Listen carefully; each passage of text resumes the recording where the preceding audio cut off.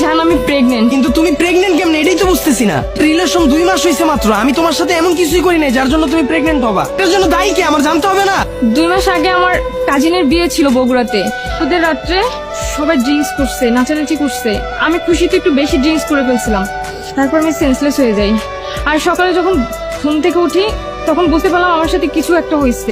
এখন তুমি কি করতে চাইতেছো এটা বলো আমাকে। আমি বুঝতেছি না কি করা উচিত। তুমি যা বলবো আমি তাই করব, কারণ এই মুহূর্তে তুমি ছাড়া আমার পাশে আর কেউ নাই। আচ্ছা, আমার পরিচিত একটা বড় ভাই ডক্টর, চলো ওনার সাথে কথা বলো। দাঁড়াও, তার আগে তুমি আমাকে বলো তুমি আমার সাথে ব্রেকআপ করবে না। ভালোবাসা মানে কি জানো তুমি? এদিন তোমাকে আমি প্রথম দেখছিলাম, ওই দিন তোমাকে ভালো লাগছিল। তখন তোমার সাথে মিশছি, তারপর তোমাকে আরো বেশি ভালো লাগছিল। তোমাকে যখন আমার ভালো লাগছিল, এরপর আর কোনো কিছুই ভালো লাগেনি। যে আজকে এসে আমাকে বলতা 2 মাস আগে তোমার একটা রিলেশন ছিল, ওই ছেলেটা তোমাকে প্রেগনেন্ট করে দিয়ে ব্রেকআপ করে চলে গেছে, তবুও তোমাকে বলি ভালোবাসি। তোমার অতীত কেন, আমি তোমার বর্তমানকে ভালোবাসি।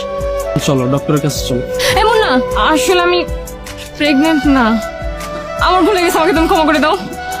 আচ্ছা দোস্ত, তুই যে মুন্নারে এত পাগলের মতো ভালোবাসিস, তুই কি শিওর হয় তোরা ভালোবাসে? কেন? আরে হয়তো তোরা ভালো নাও বাসতে পারে।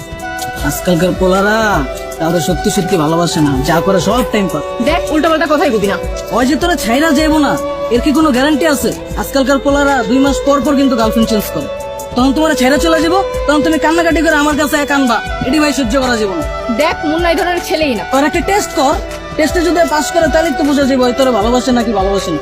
তুই ক, তুই প্রেগনেন্ট? প্রেগনেন্ট মানে? এই, তোর কি মাথা ঠিক আছে? আমার মাথা সবই ঠিক আছে রে ভাই। তুই ওই 2 মাস আগে বিয়া বাড়িতে গেছিলি তোর কাজিনের বিয়া, তখন তুই অবলগে মাতলামি করছিস, ছোট্ট একটা ভুল করছিস।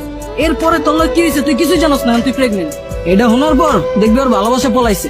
আর যদি এটা শোনার পর ও যদি তোর লগে রিলেশন কন্টিনিউ করতে চায়, তাহলে বুঝবি তোর সত্যি সত্যি ভালোবাসে। আসলে কি হয়েছে, আমি আমার ফ্রেন্ডের কথা বিশ্বাস করে তোমাকে টেস্ট করতে গিয়ে আমি নিজেই নিজের ভালোবাসাকে অপমান করছি। প্লিজ তুমি আমাকে মাফ করে দাও, আমি সত্যি তোমাকে খুব ভালোবাসি।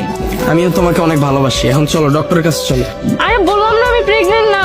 আসলেই? হ্যাঁ রে বাবা। আবার হ্যাঁ মানে? না রে বাবা, আমি